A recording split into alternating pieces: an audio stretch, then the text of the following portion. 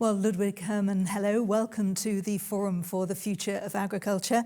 You have a career in sustainability and you're a co-inventor of renewables tech, focusing on academic and practitioner knowledge. And you at Proman will be presenting a policy workshop here in Brussels on the NutriBudget project later this month. But let's talk about the forum here today. And interesting to note that they too had a webinar in November on aligning policy and practice in nutrition management. So when you think about the global trends shaping nutrition management today, what key challenges do you think we should be preparing for?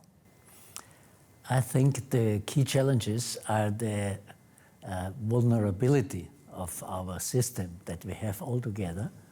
And what we can and what we should do is really to focus on individual solutions, regional solutions, based on renewable energy, based on regenerative agriculture, where you can do a lot to protect the system or to make the system more resilient to the influences from outside.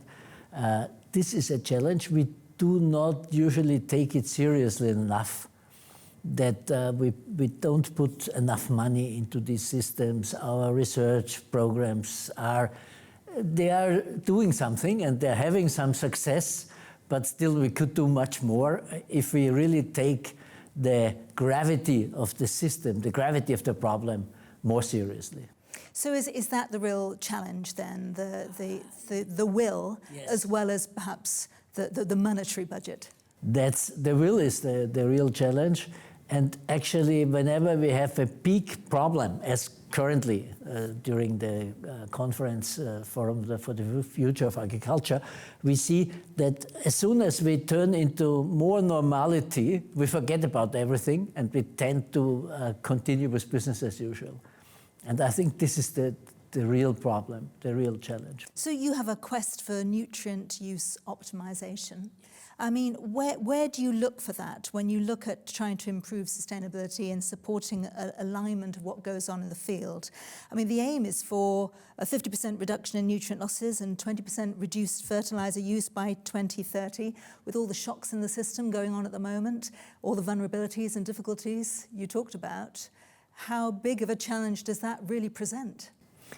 Well, probably we reduce a lot of fertilizer use unintendedly currently at the global level, which is not correct because the overuse of fertilizers is not a global problem, it's a regional problem. And if we lose the possibility of using fertilizers where they are needed, of course we are reducing our agricultural output. And we will have more hunger, more undernutrition globally. Where we can focus is, of course, the resources that we have at the regional level that could be recycled. And you know, we had been in the market for 20 years now, developing solutions, developing systems. Some of them also being present in projects like NutriBudget. Let's say the investment and the continuity in these systems is not good enough. Not good enough. Sometimes the project ends, everyone goes back to business as usual, and the progress that frequently costs more money than the business as usual, and this is why it is not implemented by market forces alone. So there need to be policy support to do that. Yes, and scaling up is the thing we talk about a lot at the forum. But I'm sure that you have had mitigation measures which do show some success.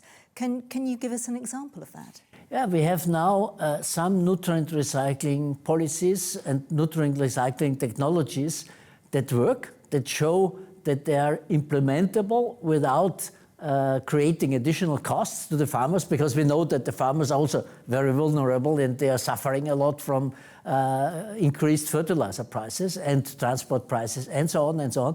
So having local solutions, we see that in some cases they work, and the only unfortunate fact is that it takes almost a generation to develop new systems, new projects, new technologies until they are adopted and implemented. But we see some success stories in terms of nutrient recycling, in terms of nature-based solutions, where we see that they work, they help. So you can be optimistic, but you need to nurture your optimism every day again. I think in your LinkedIn bio, you've said pessimism of the intellect, optimism of the will. Yes. So what would be your call to action then today? My call to action today is really synchronizing policies and, let's say, food production, farming, but also the overall energy consumption, energy prices.